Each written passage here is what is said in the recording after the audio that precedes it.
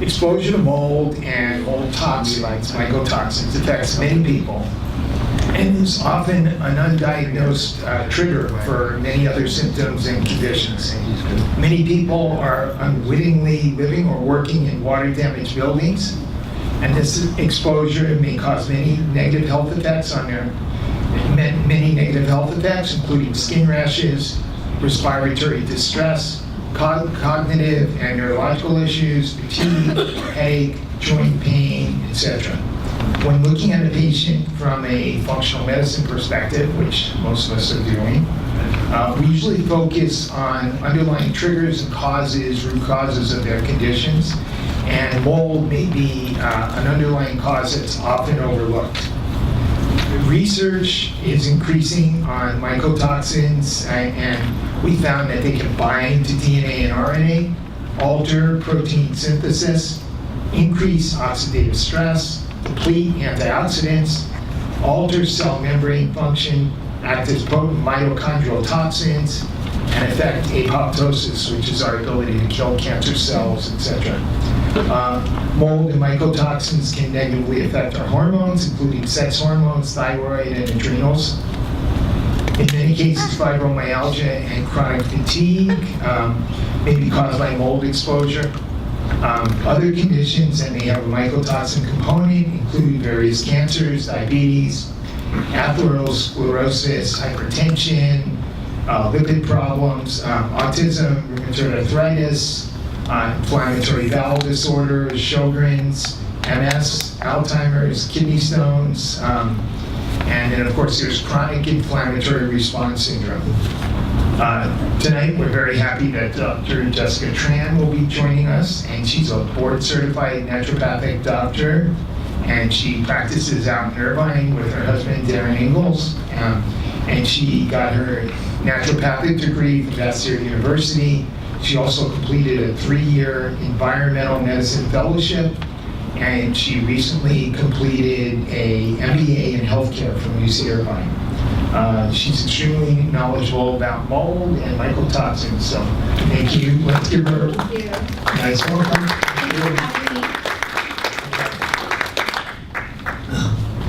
I'm excited to be here. Oh, good. I used to drive to Santa Monica when I was younger, because my parents would take me to integrative doctors when I was younger here.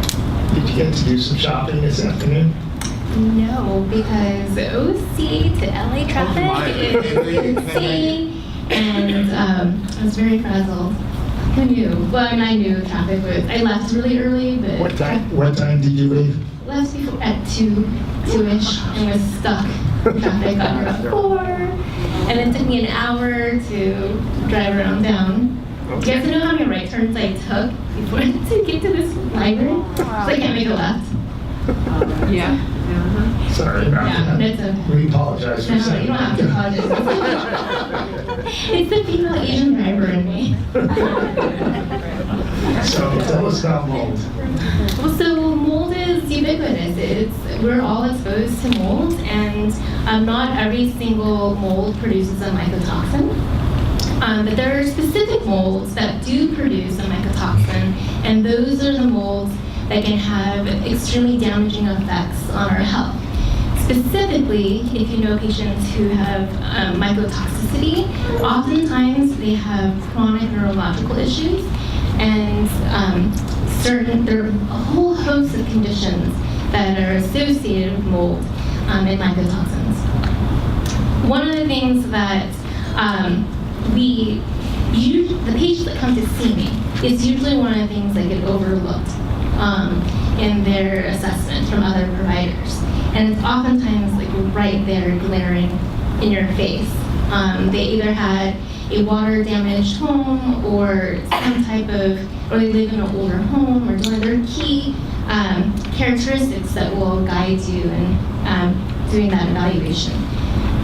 Specifically, the reason why it's not identified like as the first thing that people think about is because a lot of the symptoms are like fatigue and adrenal stress, viral issues. So oftentimes doctors are looking at that first. So from the mold perspective, I'm always looking from the environmental perspective. So it's looking at the total toxic load what are they exposed to in their environment, and mold maybe, the straw that breaks the camel's back. What are some of the things you look at when you're taking a history of a patient that make you suspect mold?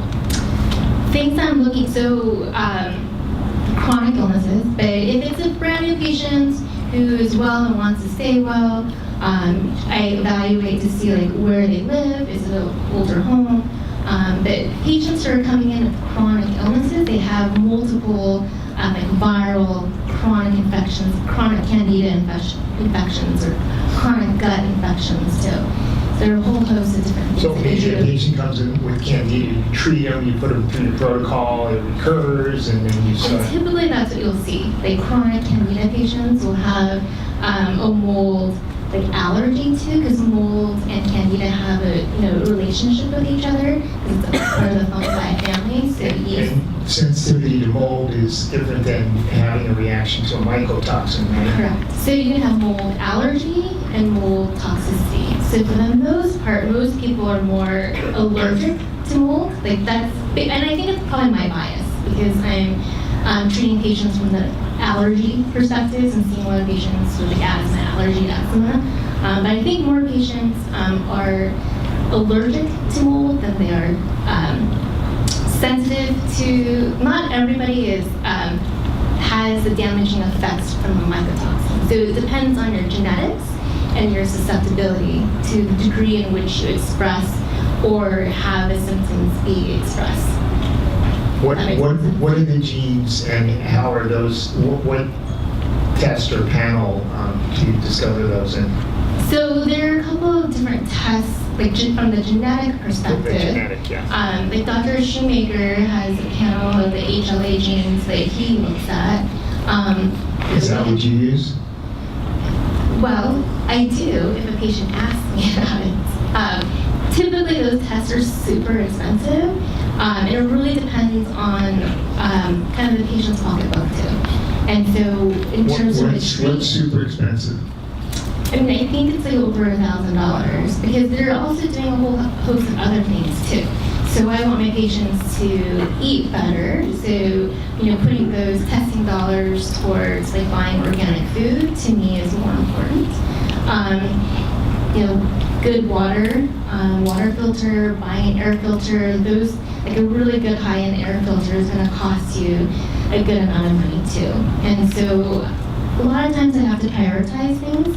And so it really depends on the individual patient. So I can't really generalize, but a lot of doctors who would so-called are the mold experts who treat a lot of patients with mycotoxicity will always run the genetic panels for these patients. My perspective is if the patients are sitting in front of me and they're expressing these symptoms, I already know that they're probably most likely have those genes, and it's not going to change my treatment plan per se or so much. It might help fine-tune it, but for the most part, I'm saving those. I know that Is there a less expensive way to get those genes? Like, for example, if they did the 23andMe and you got the raw data, would they be included in those? I don't believe those are included in the 23andMe. So the genetic testing through the Shoemaker perspective is ordered through LabCorp. I have it on my slides, which I can make available to everybody, through you, and then I'm giving this a mold talk at another conference, which is how I came to give this talk here, and I can make the slides available to everybody too. That would be great.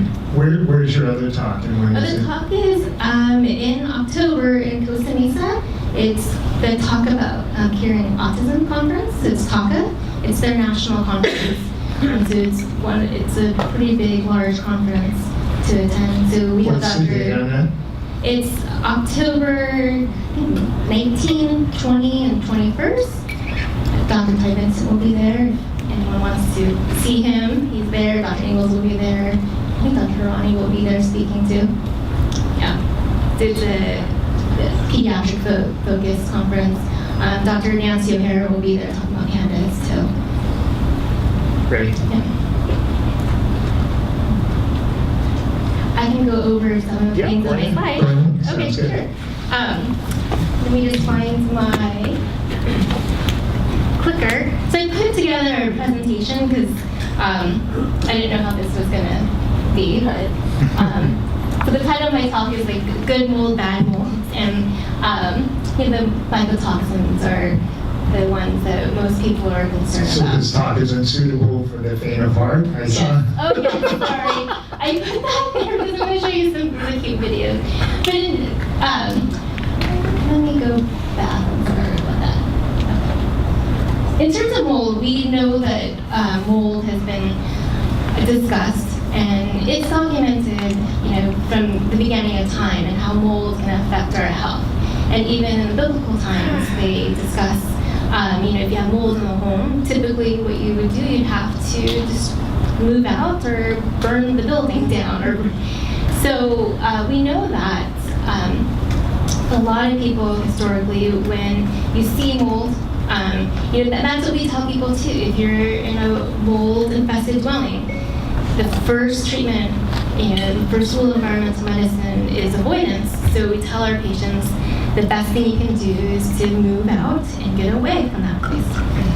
One of the things that people will talk about will be like, a lot of our patients don't have the means to move away, so then that's where we come in and we can say, okay, well, how can we help you handle your ability to stay in this until you can find means to move out or remediate the space.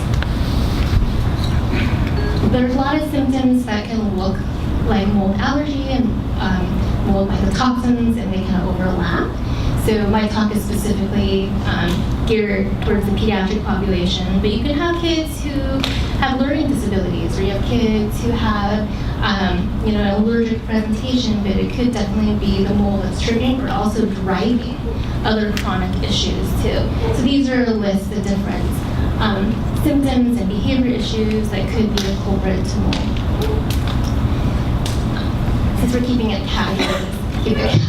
So I worked with Dr. Doris Rapp during my fellowship, and she is a board-certified pediatrician, also an environmental medicine doctor. And so she mentored me during my fellowship program, and she wrote a series of different books. If you're not aware of Dr. Rapp, her books are a great resource. And this is just an excerpt from her book in terms of looking at kids who are sensitive to mold and their handwriting samples. So you guys can see from here when she provokes a patient with the specific mold, their handwriting changes, and then when she neutralizes them, their handwriting improves again. So you can see the cause and effect in terms of how mold can affect a child. And so these are just other samples of different handwriting analysis from kids. This is a study that was published a couple of years ago looking at maternal stress and autism. So in the literature that women who are predisposed to a lot of stress during different trimesters of their pregnancies have an increased incidence of their children developing autism. So this is one of the studies that they talked about the tropical storms and hurricanes in Louisiana. And while there's no mention of mold specifically in this study, I'm just trying to make this far leap. It's a big leap and an exaggeration. I get that, but when we have hurricanes and floods, there's always going to be mold. So I'm just hypothesizing here. So what if a part of that, in addition to the maternal stress, it is also the mold and mycotoxin component that is also influencing these kids who end up developing autism. So as you all know that, a lot of our kids now are born with a toxicant load already because it's through the maternal fetal transference. Like the mom has toxicant burden and then she passes that on to her child. And our analogy is like, some these autistic kids are born with a shot glass size of a toxicant load, whereas the normal population, we have a rain barrel size load ability to handle our toxicant load.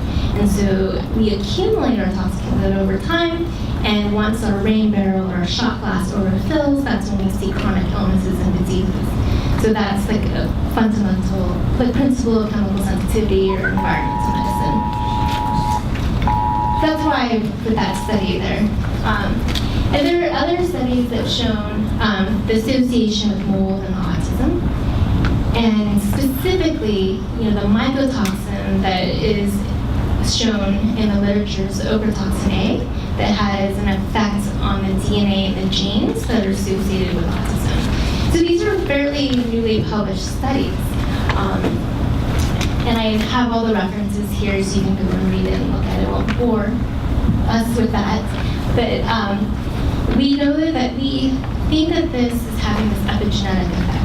So historically, like we've seen, through history, we know that their rates of autism has rapidly increased over the last decade or so. And each year we see, the numbers have gone 1 in 45 now in some places, in terms of the rates of autism. Coincidentally, every year we see more hurricanes and more mold. Right. And so, yes. Right, so is it... I mean, it's 100%, right? If your home gets flooded, you're going to have mold, right? And that's why I put that study in the beginning, because I think that, we have stress. Some people can argue and look at that study and say, well, it's just maternal stress. But there are different parts of a lot of women have stress when they're pregnant. There's a lot of things going on.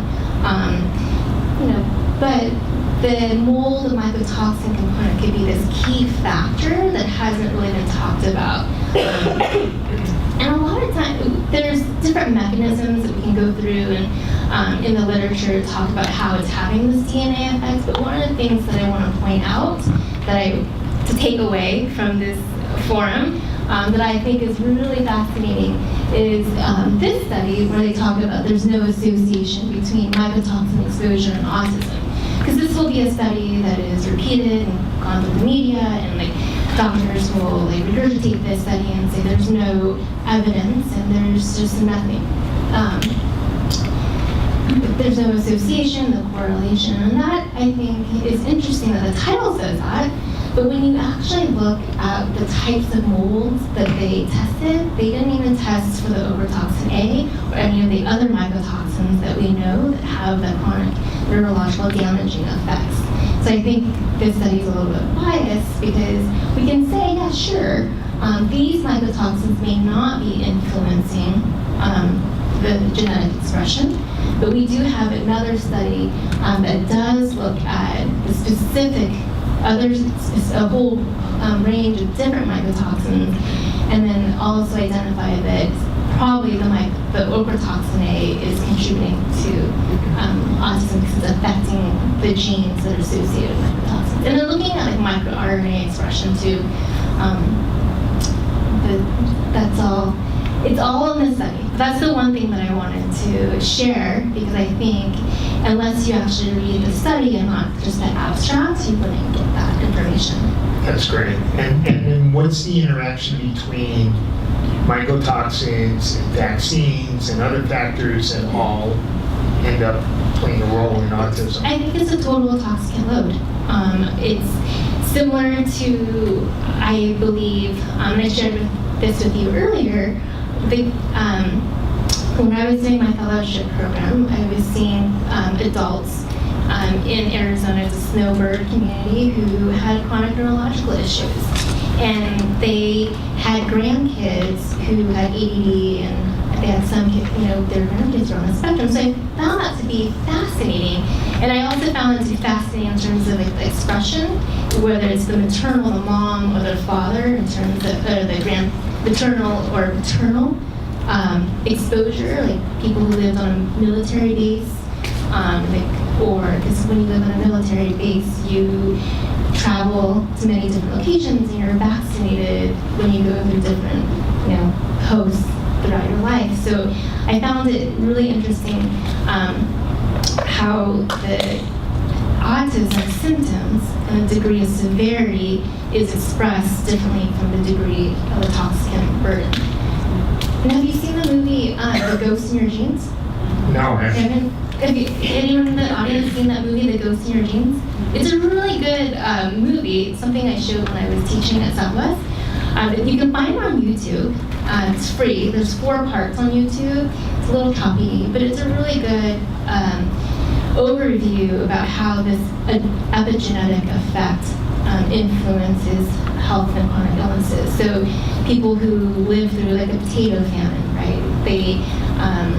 Their grandparents who lived through that because they were in starvation mode when they're born, their genes will tell them to like pack on calories, and that's why it's harder for them to lose weight. They talk about that. They talk about that epigenetic effect. So a lot of this too, I feel like, in terms of the genetic expression, is a big, the big factor in how chronic illnesses are expressed. Cool. What was the title again? The title is The Ghost in Your Jeans. The what? The Ghost in Your Jeans. Right. You can just Google it or YouTube it, and it's a 4-part series, and it's a really good.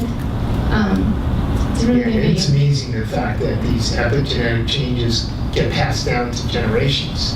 Yes, yeah, and so there in that video, you'll see that there's some conditions, like there's, I can't remember exactly, it's part of it's one of the pediatric conditions where if you inherit the gene on the mom's side and you inherit versus the paternal side, the expression of the disease is different. So that's why I feel like that video is really good, because it explains and goes over that. So I have this slide I think is really cool, and this is looking at the mycotoxin levels in the serum and urine of the autistic group and the control group. And so you'll see that the autistic group have less in their urine than the control group. And are you guys familiar with the autism study with the mercury hair analysis in the children? You're familiar with that study? Yeah. When we were looking, because we think that the mercury in the vaccine was contributing to the rates of autism, they expected to see the children's hair analysis to have a greater degree of mercury, but they found the opposite. So children on the spectrum have less expression or secretion of the mercury in the hair. So what we know from that is that the children on the spectrum are poor excretors, so they're not able to detoxify well, because hair is, if you find like metals in the hair, we know that people are able to excrete well. It's when the levels are low, and are they holding on to it? Or maybe there's a slow metabolizer and I'm not moving that out. And so I think this study, even though the paper says there may be another mechanism of how there's some gene that's affecting the way this expression is happening, I think, but from the environmental medicine perspective, detox perspective, I also suspect that these children on the spectrum have a poor ability of excreting these mycotoxins out, and it's binding to their nerves and causing these neurological issues. So what does that say about doing urine testing to try to detect whether or not the person has mold toxicity? So that's one of the ways that we look to see if the person is exposed to mold. So you can find mold in the urine. It doesn't, same with heavy metals. It doesn't mean that the amount you find in somebody's urine doesn't ever correlate to their disease condition. It just tells us, well, they're excreting it, you're exposed to it. So if you do a urine test, you see a lot of mycotoxins come out. One thing you can say is, yes, good, you're excreting it out. 2, you're exposed. Where is the exposure? Is it your hormones? That's the information we'll give you. And so I have a really interesting case in my practice where we definitely know the family is exposed to mold in the house, and they wanted testing. I did a urine test for both the mom and the child who has severe health issues, which we now think the mold could probably be triggered these health issues. What was interesting is the mom's mycotoxin level, specifically for the ochratoxin that I just mentioned, was off the chart. But her son, it was non-detectable. And the interesting thing too is that like I saw the mom, Dr. Ingalls saw the kid, and he was like, oh, okay, well he's fine. There's no excretion of any mold because his test is clean. But when we put the tests together, he's living in the same house as his whole family. And typically what we do in that instance is we'll do a glutathione challenge. So we will challenge, if you know the person is exposed but their test comes back as showing non-detectable, then we usually either do an IV of glutathione the previous day and collect the next morning urine, or we do liposomal glutathione, 500 milligrams, or all dose the week for a whole week, and then they collect, and then we will see. And I have, pre and post tests, which I didn't put in here, but I have that from a variety of different patients. So that's something that we know for sure. There's studies that show that glutathione binds the mycotoxins. So that's part of one of the things that we incorporate in our treatment plan. Similar to the way we test metals with provocation with chelating agents. Yes, so similar to that. And that's kind of where I drew that from. And a lot of people are doing that pre and post testing now too, just to see. I mean, it takes some time, because usually a lot of patients will come in, and I think, patients will come in and do the urine test. You'll see, if they're healthy, you'll see mold or mycotoxins, because we're all exposed to it. It's in our food, it's in the air, so it's hard to say to what degree correlation it has. And these are just other studies I put in there for your information on how mold and mycotoxins adversely affect our health. And so you asked me earlier, what do I look for? What are the questions that I ask? So these are the list of questions that I ask. Like if they see visible mold in their home, or mildew, or odor in their home, office, or school. Some people will tell me like they work in a building where they walk in and it's really musty. Do you have a patient questionnaire that includes these questions? It is on my questionnaire, yes. Okay. Like in my environmental questionnaire. Would you be willing to share that with us? Sure, yeah. Cool. Of course. So these are, the questions are here too. And the one thing that frustrates patients too is like in families, sometimes like the husband won't have any effects to mold, the wife is severely sick and they don't. Has been skeptical. And Or doesn't vice believe. versa. Yeah, and I see that a lot too because the genetics are different, and how one expresses their health concerns. I had this one patient, she found out she had mold in her house because the vet found the dog was full of mold. The dog was sick. And the couple had chronic illnesses, and they thought they had fatigue, so they were doing all these adrenal protocols, and then it was the dog was also sick, which was really interesting. That's how they found the mold, and they tested their home, and it was skyrocket through the roof. Like the spore analysis was just off the chart. They didn't have a yellow canary, so they had to use the dog. The poor dog too.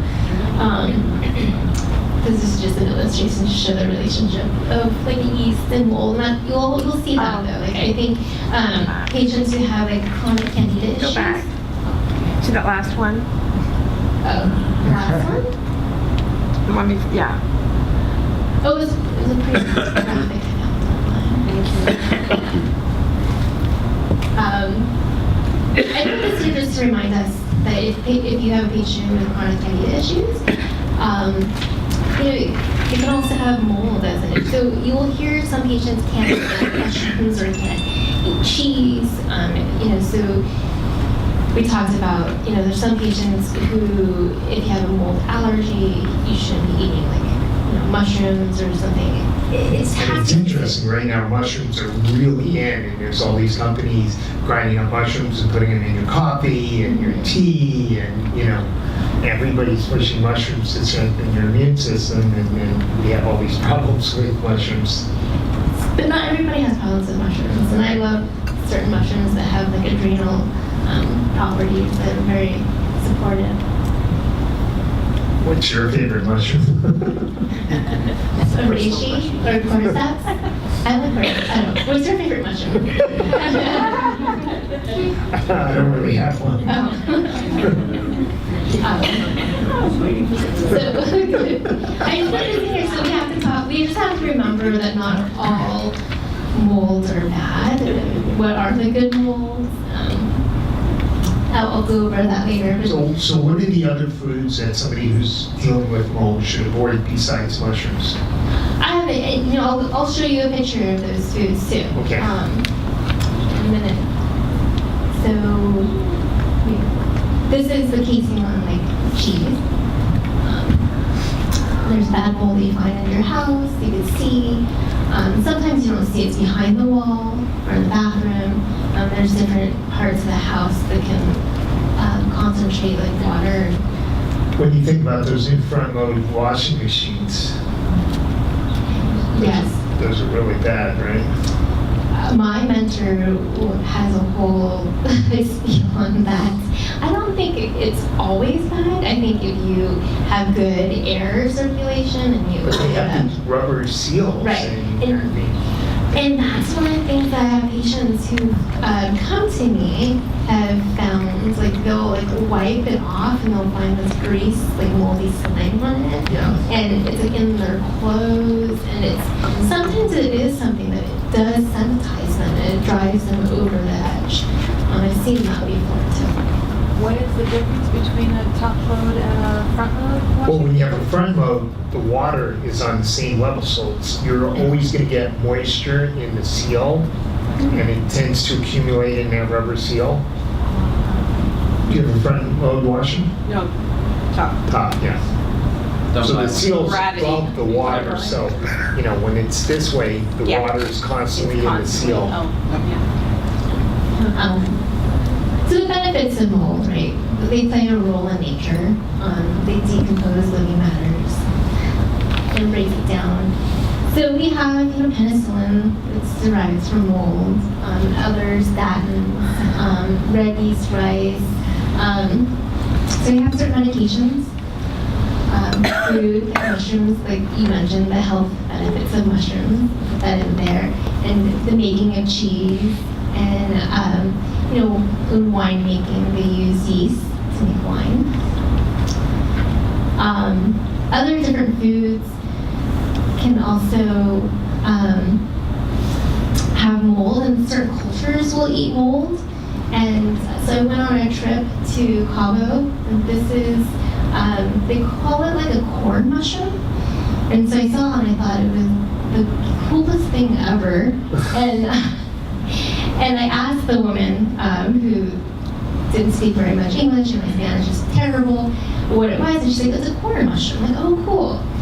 And I had the most horrible time on this supposedly supposed to be an amazing trip to Cabo for my birthday. I was itching the whole entire time. I was irritable because I'm sensitive to mold, and I had no idea that this is called corn smut, or it's the mold that grows on corn and it looks like this. And so it's part of different cuisines in Mexico, and so that's the other thing too, like all the grains that we have, like wheat and corn, is where we're going to see a lot of people have exposure to mold also, because it's in the grain. So nuts. Because the grains are stored for a long period of time, so. Right. So now we have another reason to hate grains besides lactates and phytates and gluten. Yeah. And I feel like that could be one of the reasons why when we take patients off of grains, they do better. And I kind of sense that for some of my patients too. Like if they are mold sensitive and they have a high burden of like mycotoxins, I take them off the grains, and that's when I really will be strict on that. So I'm pretty lenient. It's just some patients can't comply with it because it's really, it means in everything. You take them off peanuts? And all grains, legumes, just All legumes as well, yeah. not. It depends. we go through this, what can they eat, what can they eat. But it can be, if it's too much stress for them, then, just abandon it. Because I don't want to add any stress to my patients either. So the fundamentals, like get a good air filter, buy organic, good water, those are like the fundamentals. Yeah. And if they eat grains, fine. Like, they can keep it in their diet. Yeah. I have patients fight me on that all the time, so. Let's see. How many of you guys have ever seen moldy food and cut around it and sweep it? We could probably ask you a million questions like, what about raspberries? And, and if you throw out two of them, can you eat the rest of them? Right, and so that's the question. So you have to keep in mind, for those mold-sensitive patients, you just have to throw the whole entire package out for the strawberries and raspberries because the spores will fly, and you can't see it. They're microscopic, so patients can still be sensitized through that too. That for any food? Like if it's cream cheese, there's a little bit on the top. I think it's, off the top. that's individual, right? So if you're not sensitive, then you can do that. But if you're extremely sensitive, then you definitely want to just throw it away because the mold spores may, have an effect. How many times have you found rotten lemons? I've always tried to do a master cleanse every year, and I can never finish. So my lemons turn like that.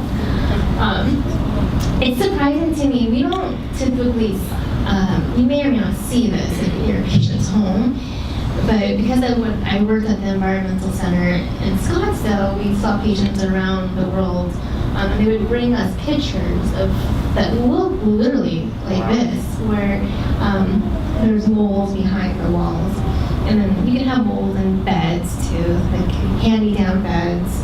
If it has moisture. So this is a Tempur-Pedic bed, and this is a pillow that has mold specks in it. So if you think of children who, my medical So are there certain kinds of mattresses and pillows that that's we should? a whole different topic. Okay. We can talk about mattresses. Just brought that out. But there are that, in terms of Mold. I mean, it's porous, so if you get water in it, if you're in a damp environment, it's an environment for the mold to grow. My medical assistant has given me permission to share this story. So her son threw up on the pillow. She threw the pillow in the washing machine and dried it, but it didn't dry very well. And so, Is it a Tempur-Pedic pillow? I don't think it was a Tempur-Pedic pillow, but it was the fact is that it didn't dry well, and her son was sleeping on a moldy pillow for a really long time. And then once she discovered it, she was mortified, of course, and then changed the pillow out. He also did some immunotherapy, split therapy at our office, and literally the next week, his symptoms changed. He wasn't talking. He was 2 years old, and within a week of removing the pillow and starting the allergy drops, he started developing language, which was really neat. What kind of allergy drops? So it was to different foods and inhalants. So that was the low dose immunotherapy? It was actually Dr. Engel's split therapy. It's What is it? the sublingual immunotherapy. The work that Dr. Engel says, we test patients for the specific Yeah, phenolics. described it, yeah. Yes, so we test patients individually. So low dose allergen therapy is a one size fits most, where it's all encompassing of different foods and inhalants and chemicals. Whereas if you test or skin prick, we do it in each individual food and inhalant. So that's another topic.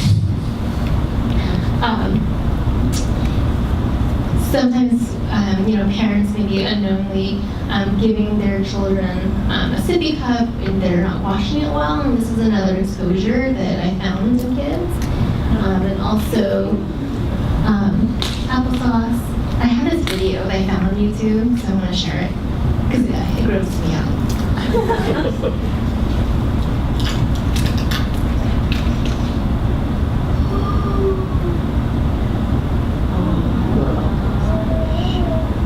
What is it?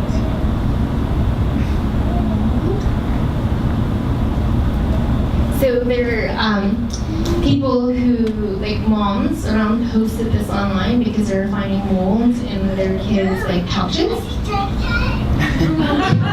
And it's because, you know, they advertise they're preservative free.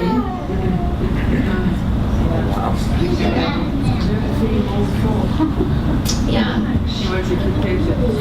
This is the other picture. So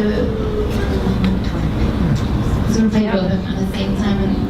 And these are unopened packages. I edited the video just to show you the snapshot. They opened up and packed the whole entire shrink wrapped and everything.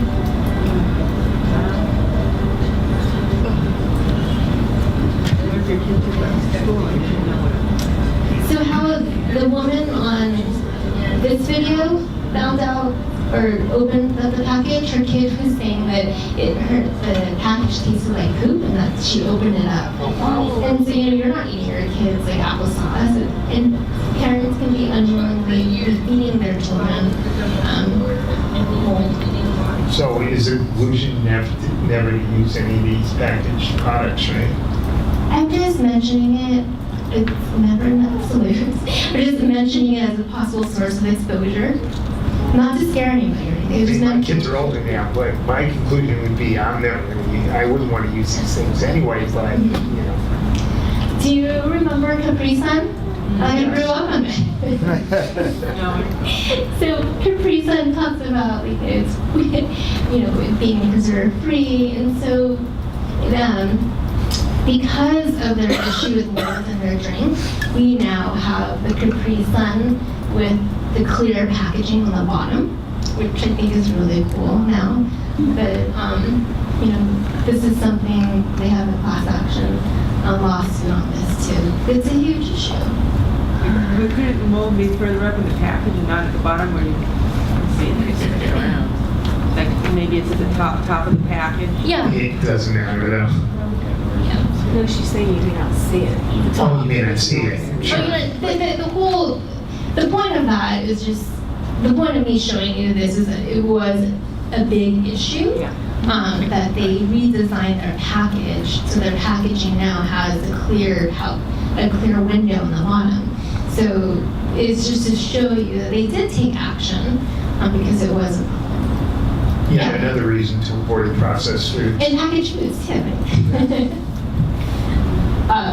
I put this in here because it's kind of appalling, because sometimes we don't really think that we can have mold in bath toys as a possible exposure. And you know, these kids are putting these toys in their mouth. So I have some slides on this, and you know, they cut open some of the different ducts and bath toys to see what's inside. And so really, I think the takeaway point from here is that if you're going to have bath toys, just make sure it's aired out well. Or I'm sure the parents you may be airing it out well, but you never know. Their mold is water too. But just make sure the kids aren't putting the toys in their mouth, because that could be their exposure. We were talking about dogs. My dog buries his things out in the backyard and brings them back in. Yeah. I can only imagine. And we all know about Sophie, right? The giraffe. We all know Sophie the giraffe. I love Sophie the giraffe. I love Sophie the giraffe so much that I bought all my friends a Sophie the giraffe. And with parental permission, this is my friend's kid who I bought the Sophie giraffe for, and this is my nephew who I bought that Sophie giraffe for. And the reason why it's popular is it's natural latex. But I found this online and I thought it was The Sophie giraffe. cool We to love show. him. He is I think amazing. it's a possible source of exposure too. She cut it open and says this was inside. Molds. Mold. You are teething to it for your baby. Could it be filled with mold? Mold in my Sophie. Could it be? Or couldn't it be? Hurt. So I think, you know, these kids, some of the kids are like putting, all the kids put these toys in their mouth, right? So sweet. So that could be another source of exposure you want to check. And this woman, you know, clean the Sophie giraffe per the instructions on the box. And this is the let me she see it. found. Oh my gosh. Oh, look at that. I still like Sophie. I just wanted to show you. Look in there. Oh my gosh, that is disgusting. That is so gross. Oh my god, look. It's just oozing.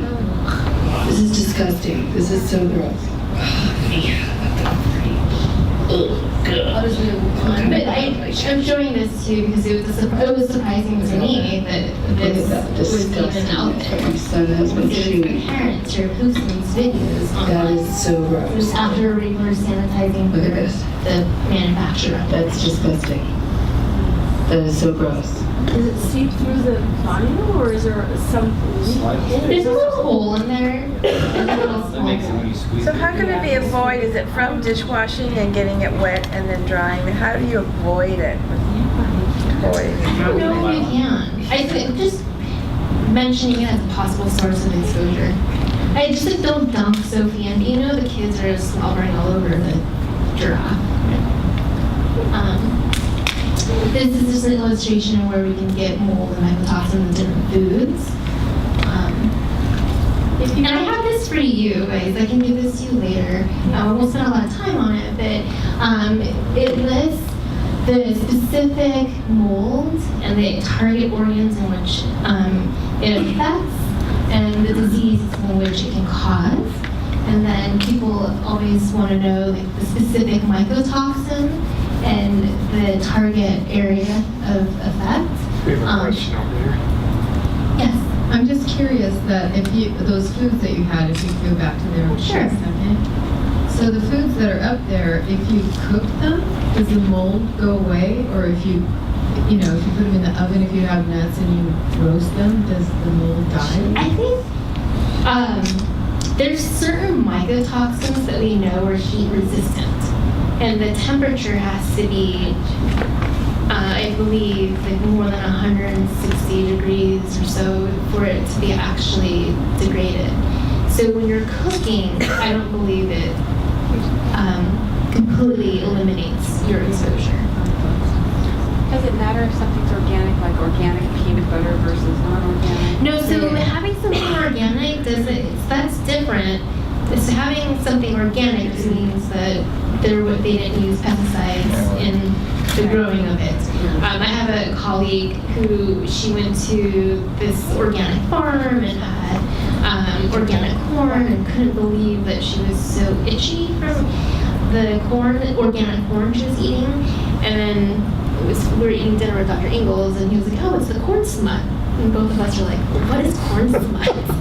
Because, I grew up here in Orange County. We're not on a farm. I don't know what smut is. But if you grew up in the Midwest, everybody in the Midwest knows about smut. There's wheat smut, corn smut, and it's part of, it's something they know about, and it's something people can be really sensitive to.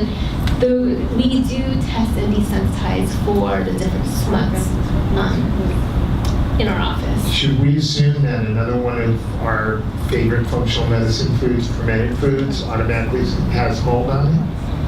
It could, but I mean, you're taking this food and applying moisture to So I it think- and yeah, so- leaving it sit under low heat for a period of time, right? But there are some people who have a degree of sensitivity that they can't eat fermented foods too. And I do find patients who are sensitive have like really bad gut issues, even though they're supposed to do well in fermented foods, they just don't do well with them. I've heard that vitamin C helps kill some mycotoxins when you mix the powder. Heard that before? I haven't heard that. How so? Just like some kind of like the powder, vitamin C, and in peanut butter, or it's just one article I read, but I'm not sure how valid that is. Especially I use vitamin C for my patients all the time. I haven't come across that. But I'd love to look at that reference and look into that. you think of activated charcoal and infrared saunas? to It's detox? part of the treatment protocol, and I'll speak to that.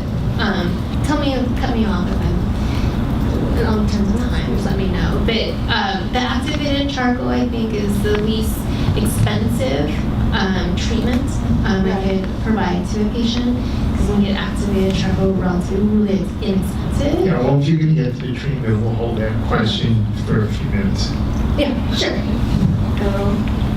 But this is just for your reference, because I think people want to know the types of molds and the specific mycotoxin and the adverse health effects. And these are all documented in the literature, and all the references are here too, so you can pull that.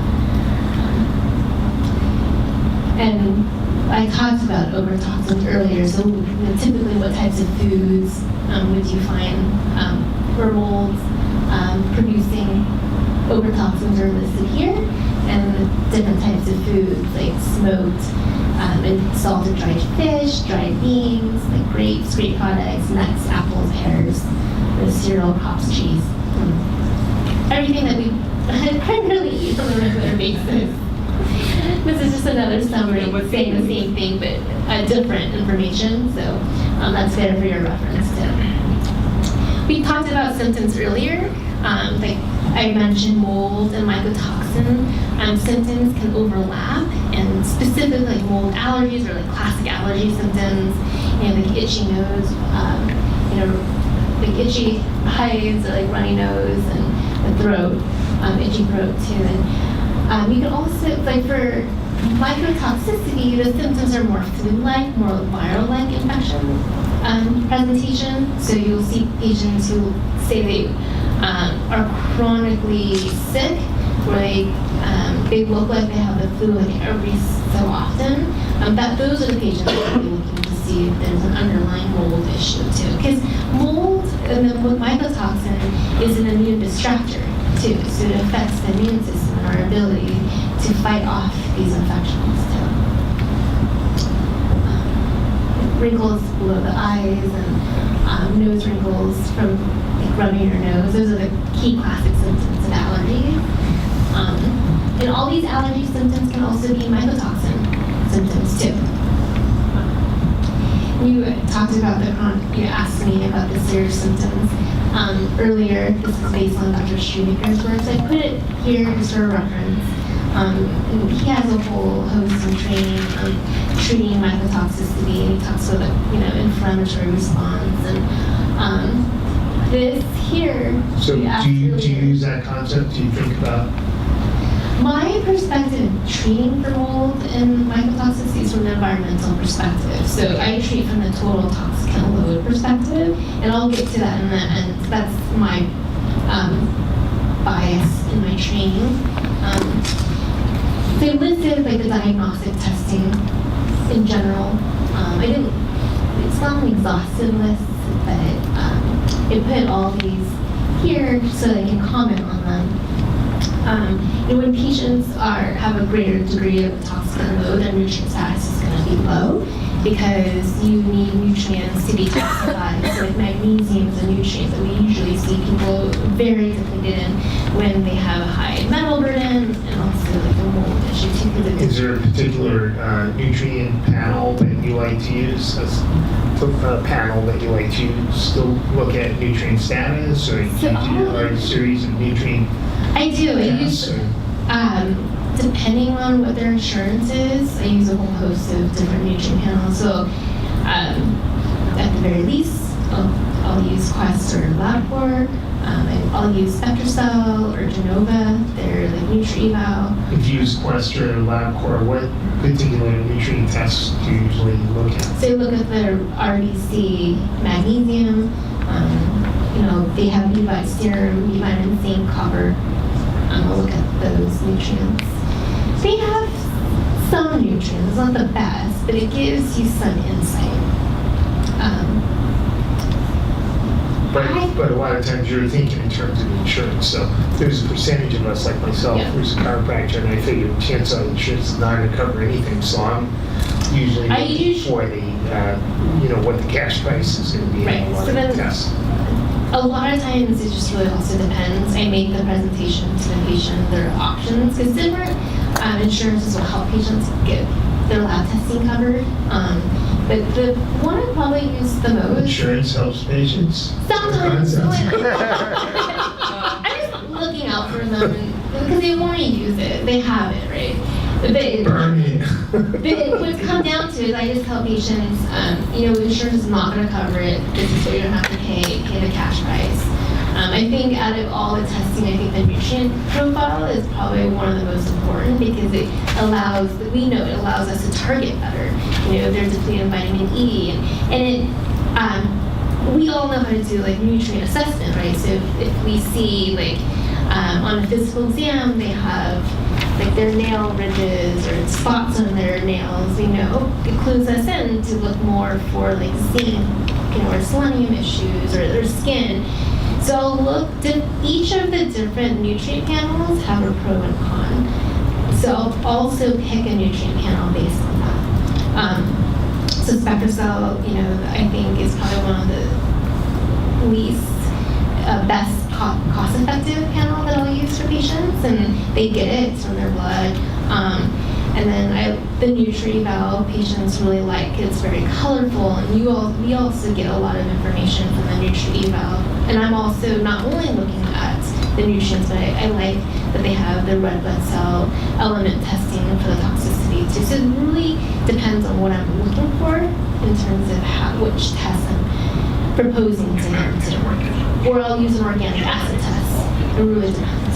And what about the urinary mycotoxin testing? So the urinary mycotoxin testing all either depends again, either like real-time labs is one. The price is just out of reach for some patients.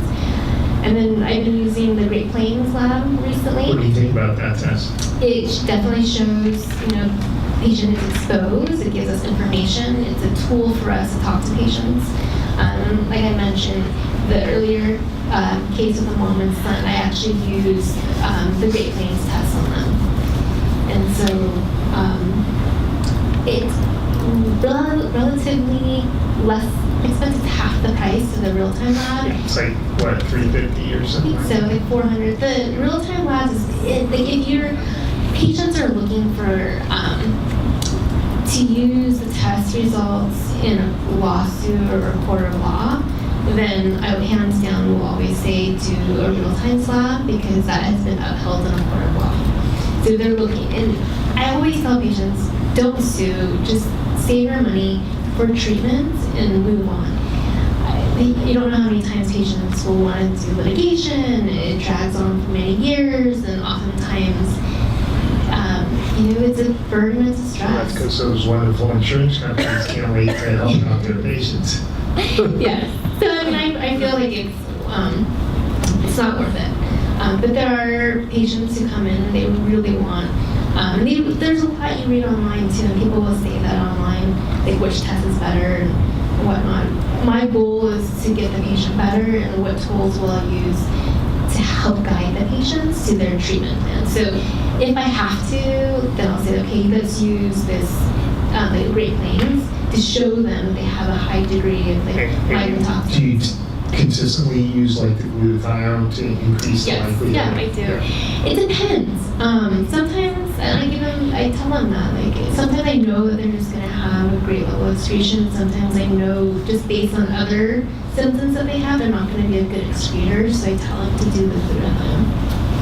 But, from a true academic perspective, pre and post baseline with nothing, and then post with the glutathione on board will give you, something that you can compare. Good. One of the things that I wanted to mention, like not all mold allergy is IgE mediated, so they're going to conventional allergists, and the allergist is saying you're not sensitive to mold because this test shows that you're not sensitive to mold. We know that there are a lot of different mold. People may not be having an IgE mediated response. There are other ways to test for allergies too, like skin pricking. And there's different panels that I like to look at. I'll use like Allertest is a lab that I've used in the past. there's other labs that do the antibody testing. And really the goal of the antibody testing is to show that the immune system's making like this antibody to the specific mold. And that also just shows exposure, but it doesn't really correlate to the degree of disease state that they have. It's just, some patients just like to have testing. We mentioned urinary mycotoxin levels. These are the shoemaker markers. So that he likes to look at the snapshot of the immune system with these different markers, like TGF-beta1, C4A, and then P9,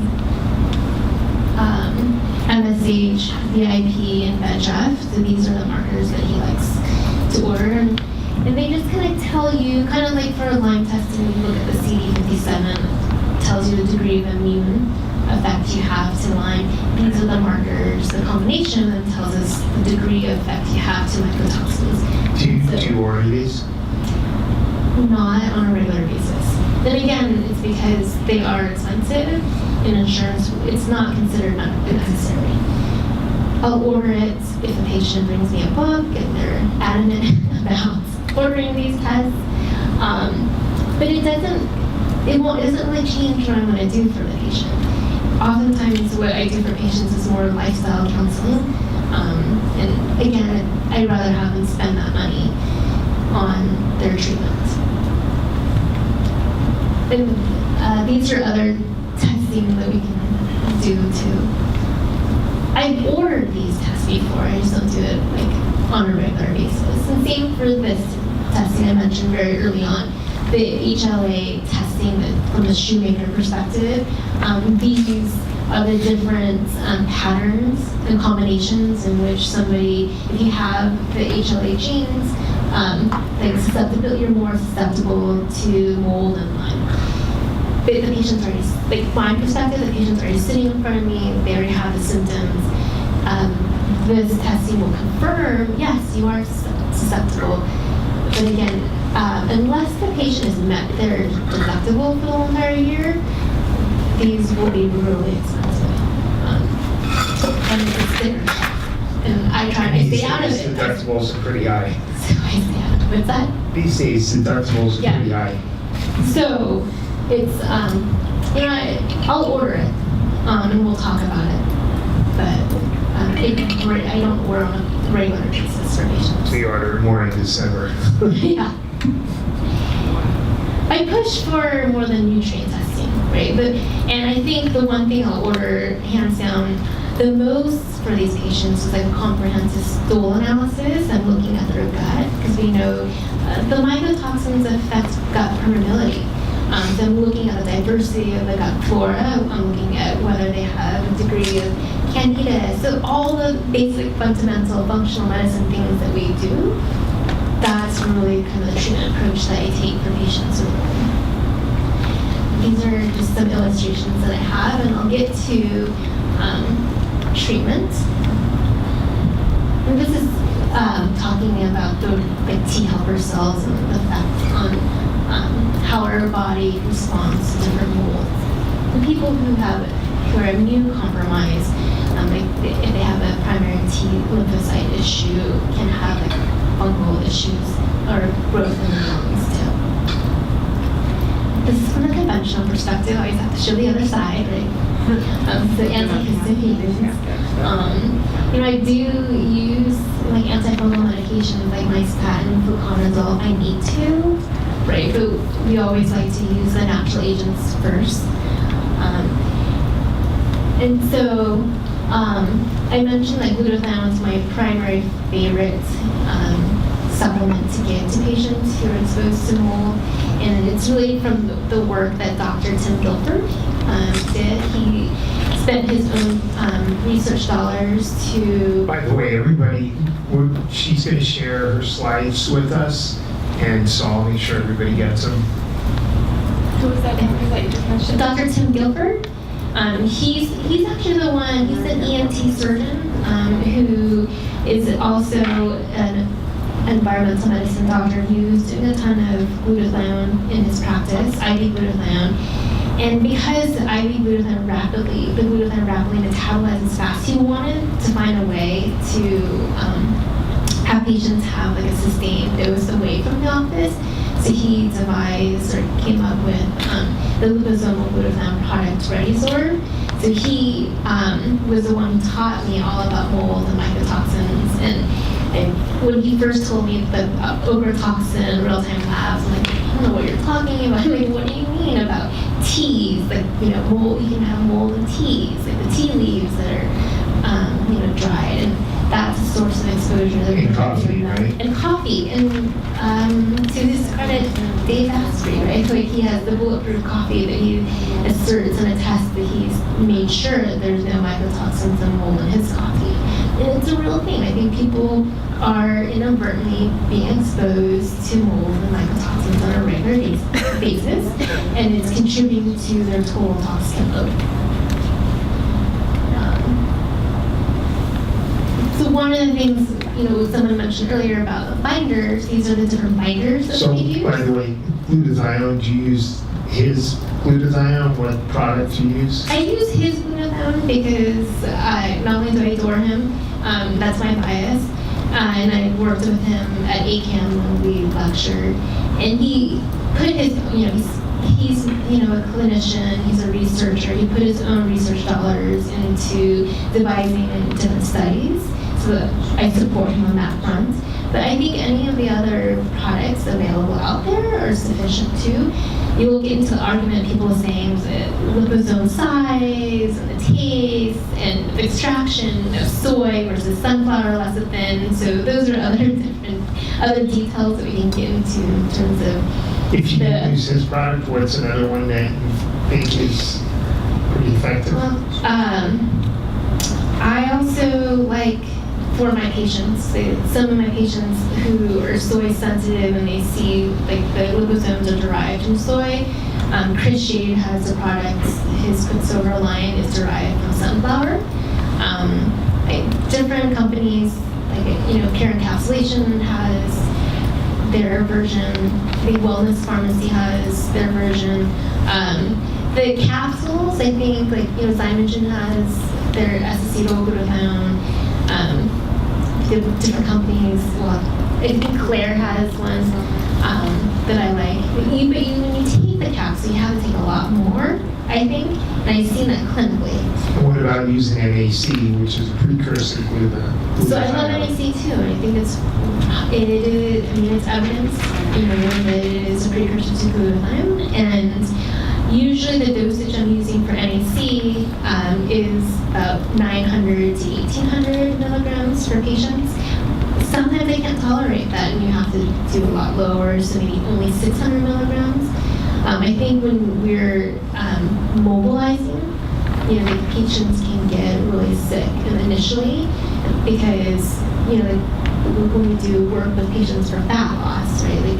When they're breaking down adipose tissue, the fat soluble toxins are being liberated at the same time that, they're losing weight. And so I think that's one of the reasons why our patients struggle with weight loss too, because they start working out, they feel terrible. And so that's why we always have to put patients on a detox protocol first. So in general, I use homeopathic drainage remedies because I think they're benign for patients, and it helps to mobilize, works on the lymphatic system. So like lymphatic massage or homeopathics that work on lymphatics is what I'll use for a patient after the initial visit, and then while they get their test, gives them some things to do while we're waiting for the tests to come back, and then we'll come up with a plan of action after we review the results. So is the way, the type of program you're talking about here, we've got binders, and we should think of it as first we're going to mobilize and then we're going to grab it with binders and get rid of it, right? Is that sort of the way we want to think about it? Yeah, and that's one of the ways to think about it. But again, it's hard for me to talk in the general because everything is so individualized for all of my patients. Because there's always something that will count, you will always find something that will counter what I say. So, yeah. But there's different combination products, like bentonite clay products or psyllium husk. I I like Jerusalem artichoke. It's one of my favorite Hey, where do you binders, get too. that? I can't find it, and I look for it. So Dr. Carcinal has Jerry Carcinal has a product. It's like Carcinal Wellness. How do you spell that? Carcinal? C-A-R? Cartdin.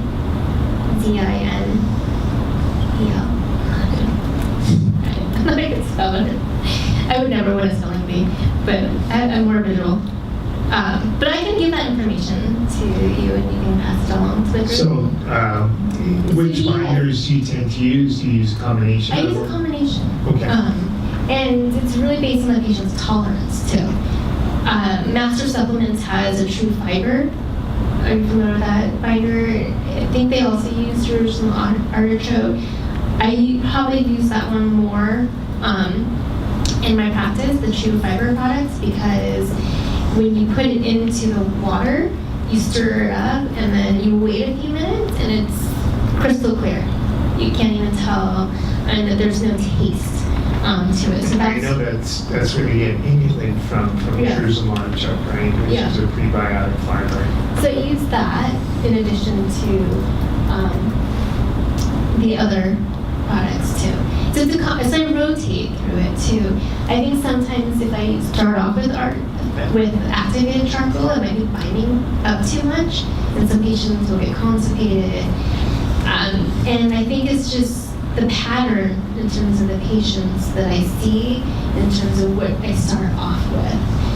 If a patient's super sensitive, I try to use food as medicine first before I recommend a supplement too. So I'll make recommendations for more fibrous foods, like celery or something, just to help with bulking. And the binders you use how many times a day? And you use them apart from food and other supplements? Typically, in general, for like average working person who's super busy, the binders I'll put on it. I'll have them take it at night, and then so it can have its effect at night. Is that enough just taking it at night? And it depends on the severity of their symptoms. So sometimes I'll have to recommend them taking it throughout the day. But that's only for a short duration at a time, too. I've seen patients come in taking like a lot of binders for a very long duration of time, only to have like a severe nutrient deficiency that I feel like could have been caused by, but we never know. It could By be- the way, charcoal is really in now. Yes. In fact, they got charcoal toothpaste, they got charcoal facial mask, they got charcoal this, they have charcoal ice cream. I haven't seen it. Have you seen it? Nectar has the charcoal ice cream. I just had it this Who weekend. does? Nectar, it's a juice place. And then the Okay. Creations juice place down the street that I got lost going to before Okay. they have a charcoal juice and charcoal like bowl. Yeah. Yeah, Capri's has a charcoal ice cream. They make their ice cream out of coconut. Yeah. I don't know if there's enough charcoal in the ice cream or, These other products like the toothpaste actually cause nutrient deficiencies. but I don't think it does. But I don't know if it has enough charcoal to actually have any therapeutic benefit. I think it's trending. Someone mentioned earlier about like infrared saunas. I think saunas are a good way for some patients to just gently mobilize their toxic load. Some people can't tolerate it. And sometimes if you put a patient in a sauna, they'll flare. So you might have to consider doing like a sauna later. But from the physical medicine perspective, Infrared sauna, is that better? So, Do we have a far versus near infrared controversy? the far and near controversy is the depth of penetration of the rays. And so for the extremely sensitive patients, if you put them into, like all like the sauna studies have been done with like a Finnish sauna. The far infrared sauna, I think patients who are sensitive tolerate it better, and that's why it's gained in popularity.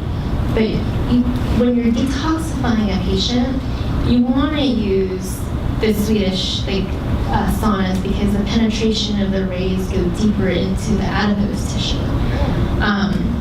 And then it mobilizes the fat-soluble toxins out So better. the Swedish sauna is better than the infrared sauna for this purpose? According to the research, and from my environmental medicine perspective, that it counters what is trending and what people are saying. I think that the infrared sauna, the reason why it's gained in popularity is because people tolerate it better. And it's probably because people have a greater toxicant load, that when they go into the Finnish sauna, they're mobilizing too much, they're getting sick. And that's why people don't tolerate it as well. But we know that the rays from the Finnish saunas penetrate deeper. For patients, when you want to use like a lower temperature, like 105, and keep them in there until they sweat, and then have them leave the sauna, shower, rinse off, and then go back in. And when they're rinsing off, you want to use like a glycerin-based soap so that it binds off of their skin. And then you can do it for a cycle of 3 once they tolerate it well. That's the kind of general protocol that I use for people for saunas. I can give you the research for the sauna studies too, because people always ask me about the far infrared Swedish studies. I like using the colon hydrotherapy for patients because I feel like that's one of the most bang for your buck type of therapy, because with colon hydrotherapy, not only are we mobilizing what is in their colon, we're trying to activate the peristaltic movement, getting the gallbladder to contract, increasing bile flow. So we want to get the toxic bile flow out, and that is something that tremendously helps patients mobilize their toxicant load. What about coffee enemas? I think coffee enemas are a good way for patients to do the therapy at home when they can't go to a facility. And I'm a huge fan of like lymphatic drainage, visceral manipulation, and physical medicine. I think sometimes the line, you're just looking from a whole body perspective. I think it plays a huge role. So it's always part of my assessment. These are just kind of the overall nutrients in which I recommend for patients. It depends, and I'm using the nutrient testing to determine to what degree and the dosing strategy for patients. It's very individualized. These are some of the nutrients that are used.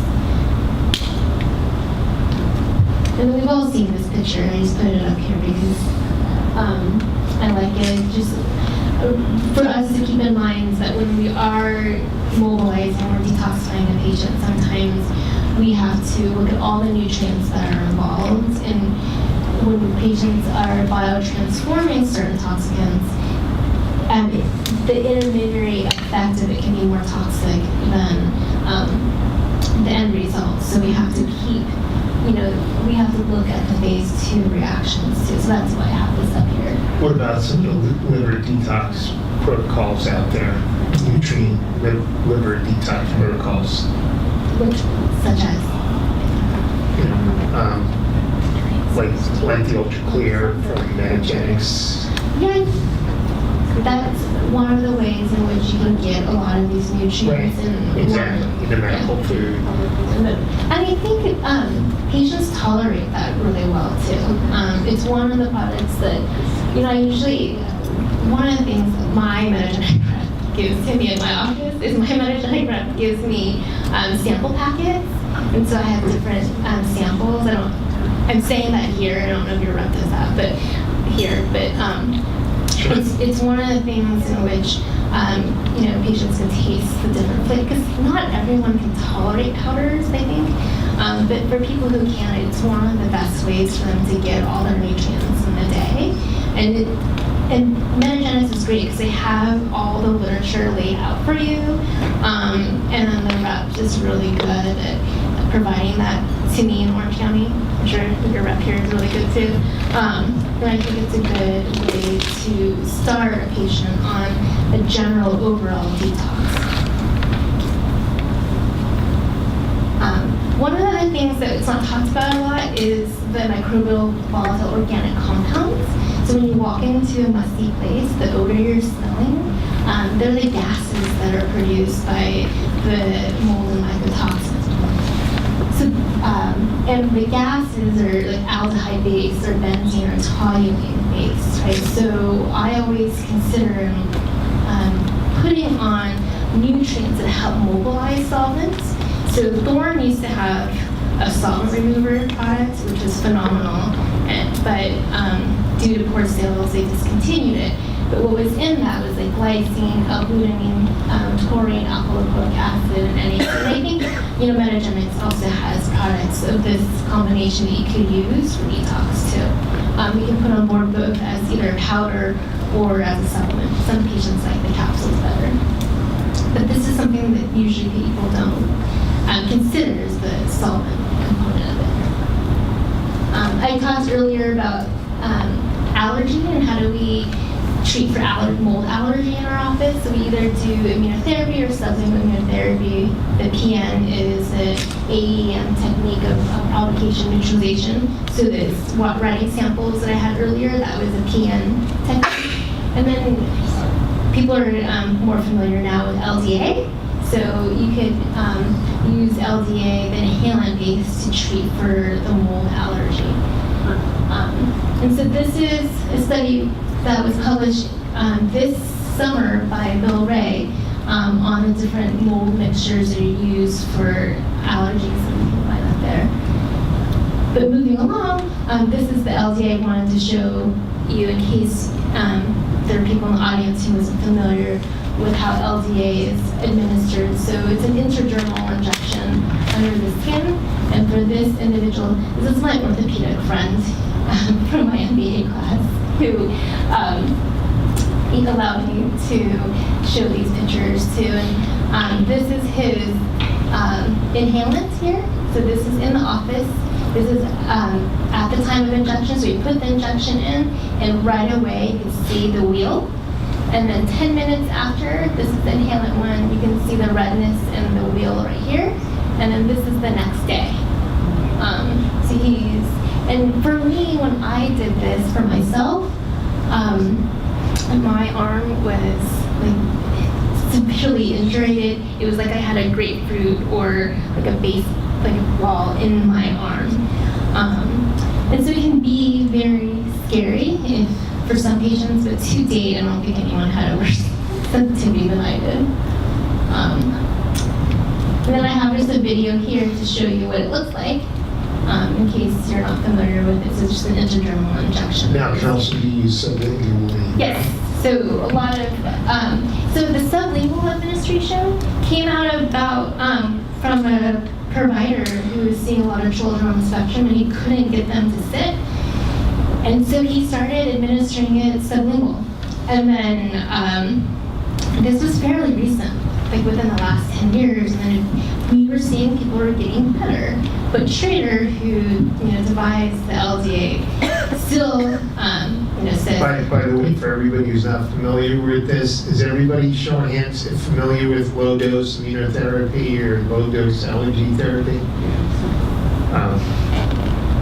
So basically, it's, for those of you who are not, it's diluted dosages of There's food and the molds, dust, cat, dog is in there. to get yourself up, to allow your body to become desensitized. Yeah, they just should die. Because a lot of people are here now just doing sublingual. And by the way, we had a meeting about this a couple of months ago with Dr. Hani, and there's a video on my YouTube page, Weitz, Carl, if you want to watch that. Oh yes, she came to talk, so yeah. So a lot of people are doing it sublingual, and it works really well. So, avoidance is key. And people, always ask, what type of testing can you do? And this is just here for your information. The spore trap analysis is what most, if I suspect mold, I just have a couple of companies that patients can contact, and they contact them. So for the most part, if they can't afford that, I'll just tell patients to buy Petri dishes off of Amazon or go to Home Depot or Lowe's. They have kits that you can purchase. It's not that expensive. I think it's like $10. You put the Petri dish in your house, you just mail it off, and then you get a report. And that's just looking at the spores and it's growing. You know that there's It's $10 in the store, but then you have to give them another 40 or 50 when you send it in. to test it. I think it depends. The last one I looked at was 10, but thank you for updating me on that. I haven't had a patient do a Petri dish testing in a very long time. My patients have all contacted a mold company, but when I was in Arizona, it was $10 though. I know that for sure, and that was 10 years ago. So people. Oh, Cindy has a question yes. over here. Which inspection companies do you like? Because I've had a problem. In Orange County, I have a list. I know one is like moldguy.com in Orange County. Make sure you get Mold Guy Incorporated. Oh, there's a difference. Yeah. It's a moldguy.com incorporated. Okay. So that's tricky. There's a mold guy and mold guy incorporated. Probably have gotten that too. Oh. So the guy that I use down there, I have a list of different individuals who test for mold, and sometimes the neat thing is that they'll do both mold and EMF testing. And my EMF guys down in Orange County were all trained by Orem. So Yeah, Orem spoke at our meeting last month. and I try to get Orem down to Orange County, but he was like, "Oh, it's too far." I'm like, it By the is way, far. there's an interview with Orem on my podcast this week as well. Oh, cool. Yeah. Yeah, so that's the other thing to mention too. Patients who are EMS sensitive are also, their expression and symptom presentation is more exaggerated when they also have like EMFs in their home. So if they're severely chronically ill, sometimes the EMF is also enhancing their presentation too. We have the Hertz-me and Ermi. People always ask, which one's better?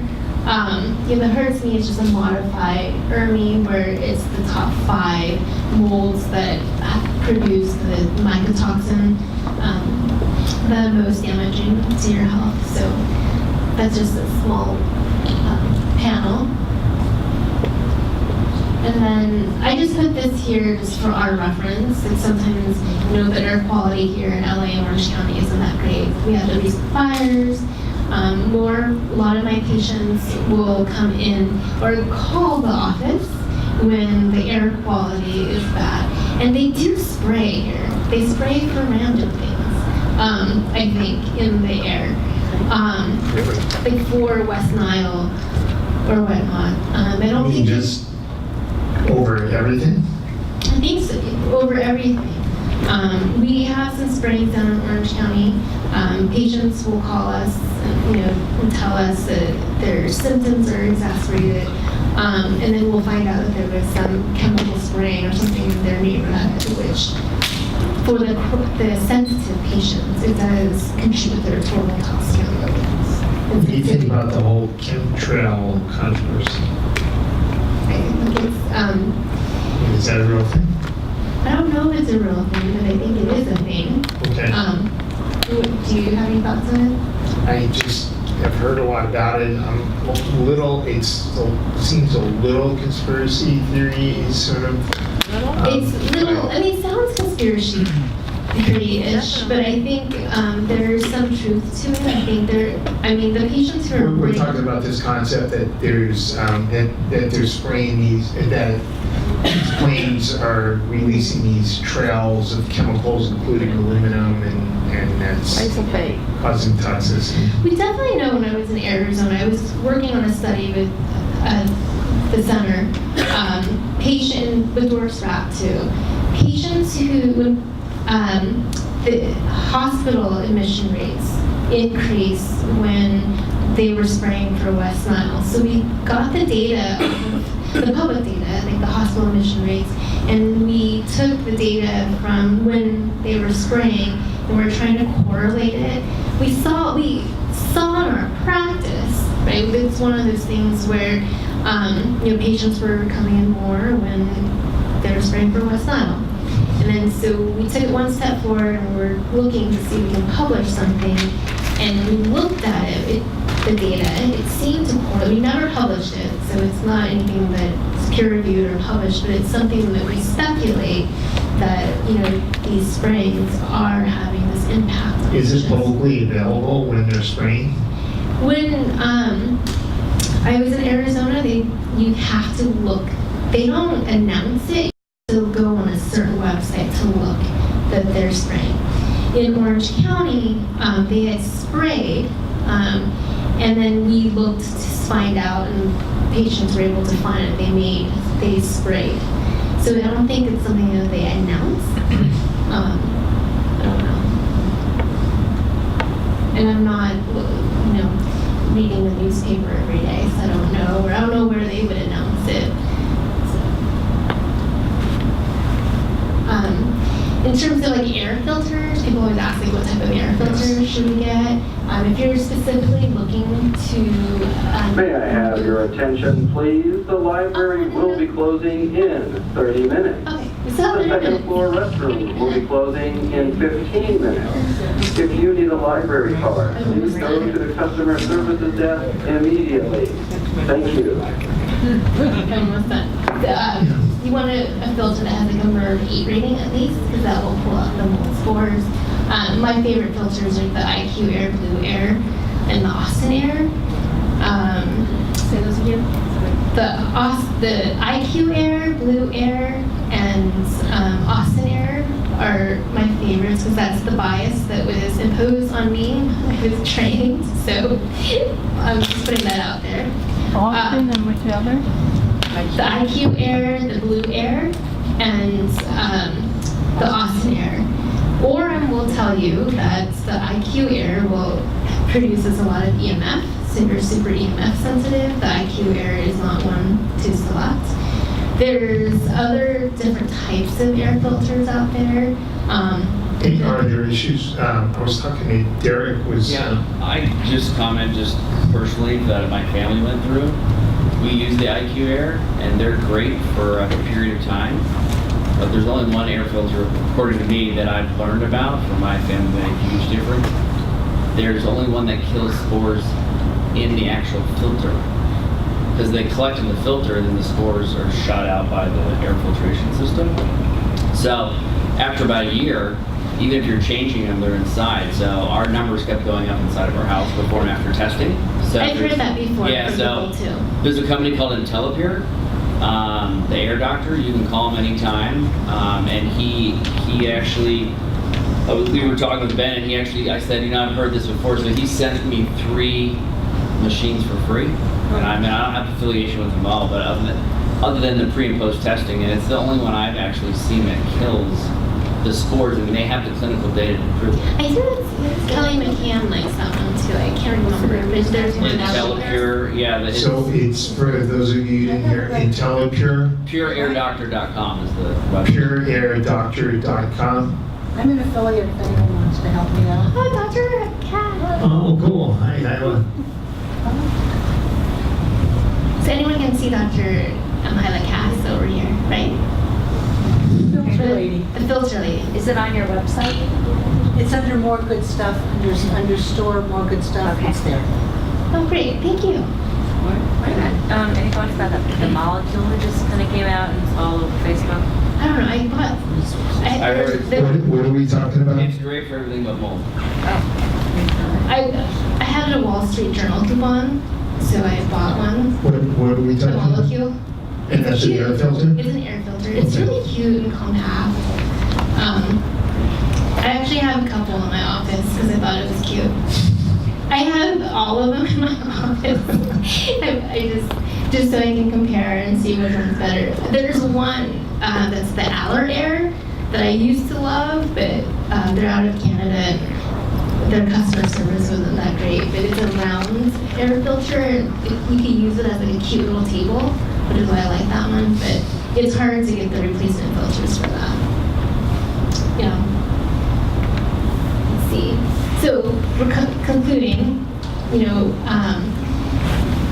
My perspective in treating patients is from the environmental perspective. So I'm looking at the total toxicant load, looking to drain the toxicant load, and I mentioned earlier that as we get older, we accumulate this toxic burden, and each one of us has a different ability to handle a toxic load based on our genetics and the size of our like rain barrel or shot glass. This is cute animation that I made that I have. So this is when I explained this to students when I was teaching at Southwest. This is a way for them to understand like metals, but also for mold, when we're doing a urine test, we're just kind of looking at what's coming out of the body. But when we're provocating, like striking the beehive, we're seeing more come out. So this is just like illustration of like provocation. It animates. So I'm really proud of that. And that's just another analogy you can use. Turning off the faucet in terms of your total load. And I'll just end with this slide. So we look at the total load, and it's not only just molds that you have to look at. You have to look at their food and infections and their whole history. So mold can definitely be a trigger. It can be something that breaks the camel's back. And if someone has mold, it's not the only thing that they're sensitive to, because it's that immune distractor component. So you have to look at the whole perspective. Are infections in the nasal cavity particularly problematic since that's... Yes, so there's some people who will harbor the mold in their nasal cavity where we have to do different treatments that help to dissolve like the biofilm and then also get to different infections that can harbor in the nose and nasal cavity. Yeah. What do you do for the biofilms? In the nose or the ETA can help. Or if in the gut, I'll use like interphase, serrapeptidase, or lumpectinase for good biofilm disruptors that I use in my practice. Yeah, those are particularly enzymes. Yeah. I have a quick question. I tested positive for mold from, I think it was Genova. Is it possible I could have had this all these years, or is it just something recent? Because How were you tested? What's that? How I think it was urine. So with urine, it's like I mentioned, it's a current exposure. It's something that your body is able to limit, and it could be. Are you excreting it out slowly over time? Is that? I don't know. I mean, I know that I lived in a musty place in the 70s in the canyons, and I always felt like it was so full of mold. But now that, it's many years later, and I finally got tested, is it something I could have carried all these years? So that's the perspective we have to take a look at. So if you're not exposed currently, it could be some remnant from the past where you're slowly eliminating it over this time. Or it could be a current exposure. We have to take that test and put in the context of the clinical picture to know. Got it. Okay, let's give Jessica a big hand. Excellent.